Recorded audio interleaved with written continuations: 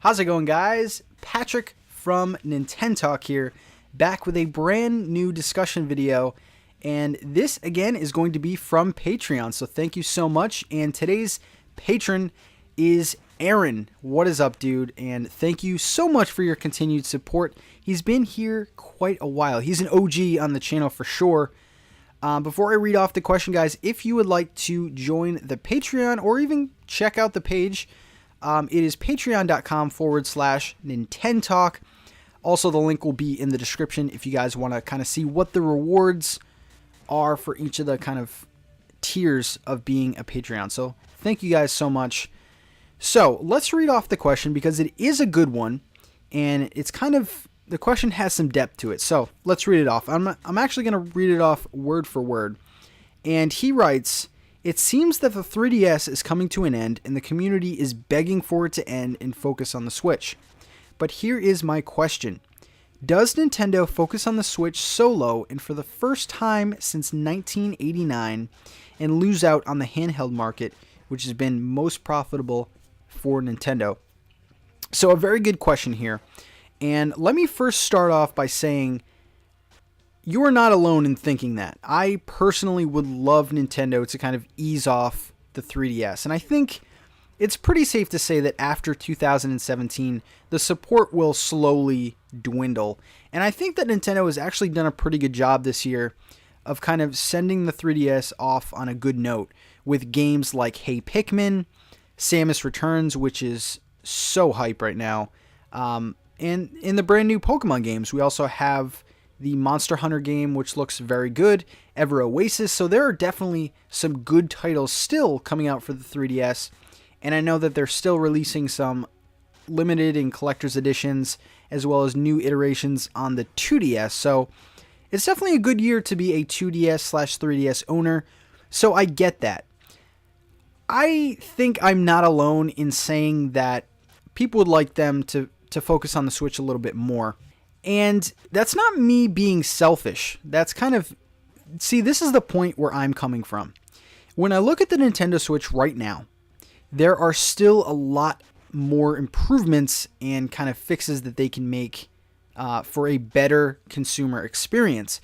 And really what I'm talking about is just little features which have now become major problems. Basically, the Virtual Console, the non-existent Virtual Console, which is probably going to come early next year, but still, the fact that it's not on, we're about 6 months into the Switch's life, is a little discouraging for me. Also, the OS and the eShop, I think, need big updates. As we're getting more and more games, I've kind of noticed this more, that the eShop isn't the easiest to navigate these days. So there are still minor things like that the Switch can be improved upon, and it seems like Nintendo is kind of focusing on the 3DS, focusing on this. I'm not even going to mention the classic consoles because I have talked way too much about that. But so there are things that the Switch can still improve on, and that's my biggest thing. I would like to see them kind of ease off the 3DS and move full-time to the Switch. So in regards to that, I can see where you're coming from. Now, the biggest kind of question here is, does Nintendo solely focus on the Switch? And the easy answer would be, hell yeah, dude. Like, the Switch is awesome. It's a handheld console. It can go on your TV. It can do it all. So why would Nintendo maybe create something different?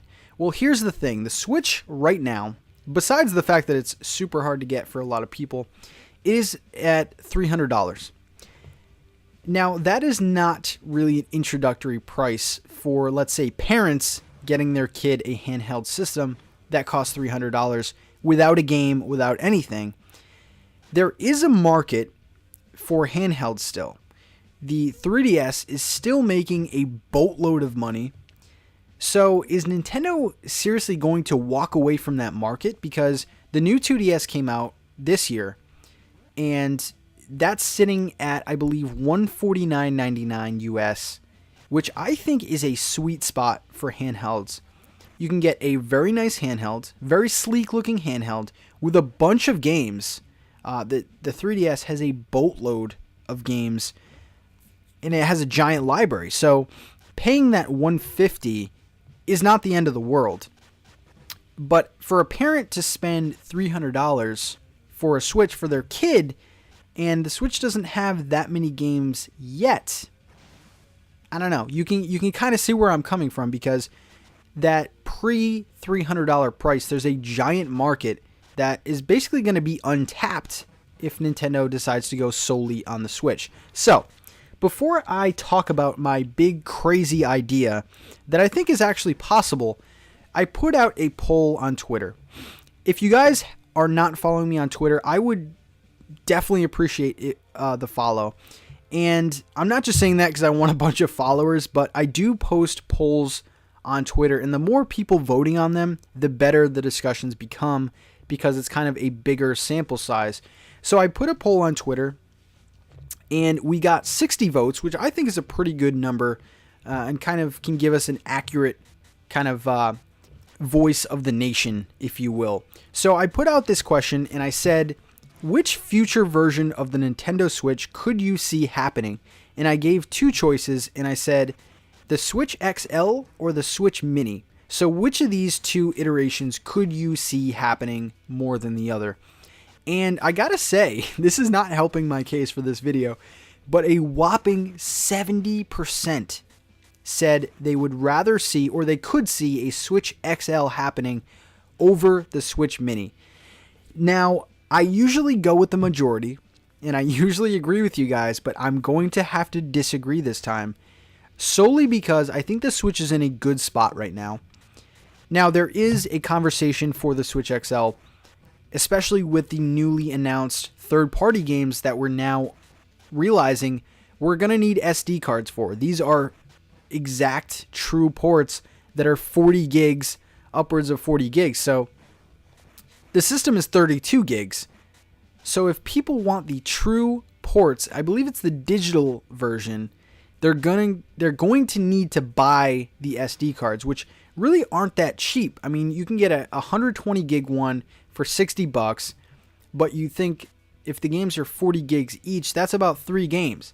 So I could see them making a Switch XL, maybe 200 gigs, 240, 500 maybe, but that's kind of unheard of for Nintendo.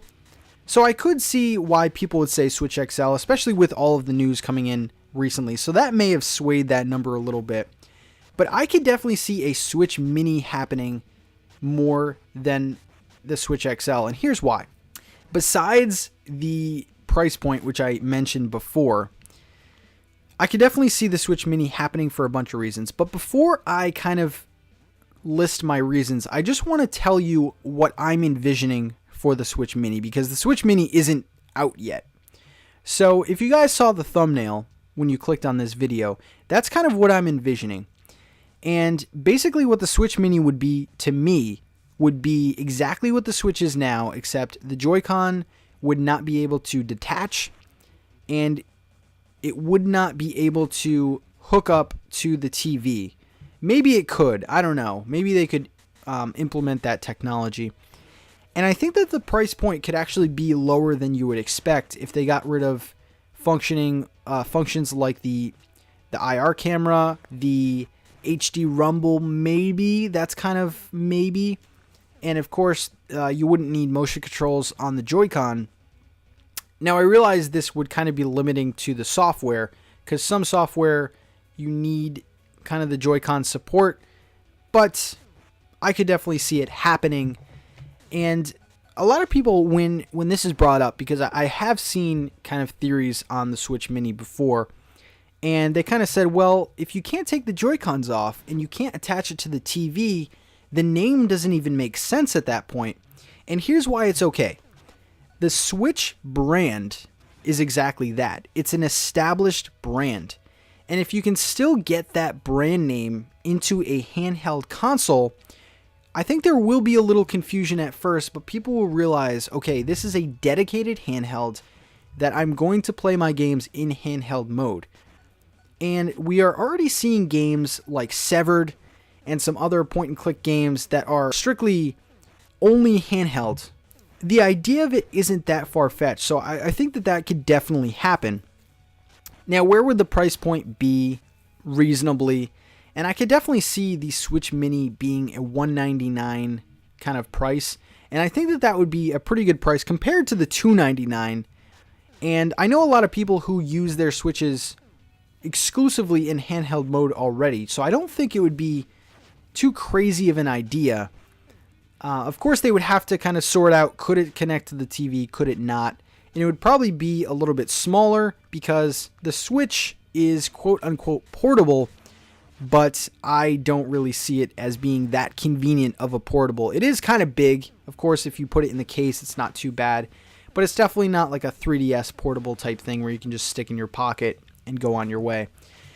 So I definitely think that there would have to be things that would have to be ironed out, but you can definitely get rid of some of the features, like I said before, and kind of bring that price point down. But I definitely agree with you, Aaron, when you say that there's a big market that would be left if they didn't focus on something like this handheld. So what happens if they don't go this route? Well, I don't really see the 2DS and 3DS console being supported for too much longer because, yeah, you are seeing some newer games, but if you actually compare the graphics, and I know graphics aren't everything, I mean, the whole indie movement kind of kills that whole theory, and certainly I've moved on to the Switch, and I really do love the Switch. But anyway, guys, let me know what you think about this. Could the Switch Mini be a thing? And will it be a thing? Because I don't think Nintendo will kind of run away from that handheld market. It's made them billions, bajillions of dollars. Just look back to the Game Boy Advance, and I don't see Nintendo running away from that handheld market anytime soon. Maybe they focus exclusively on the Switch and kind of lower the price eventually, but I don't see that happening anytime soon, guys. So, could we see a Switch Mini? I don't think it's that crazy, guys.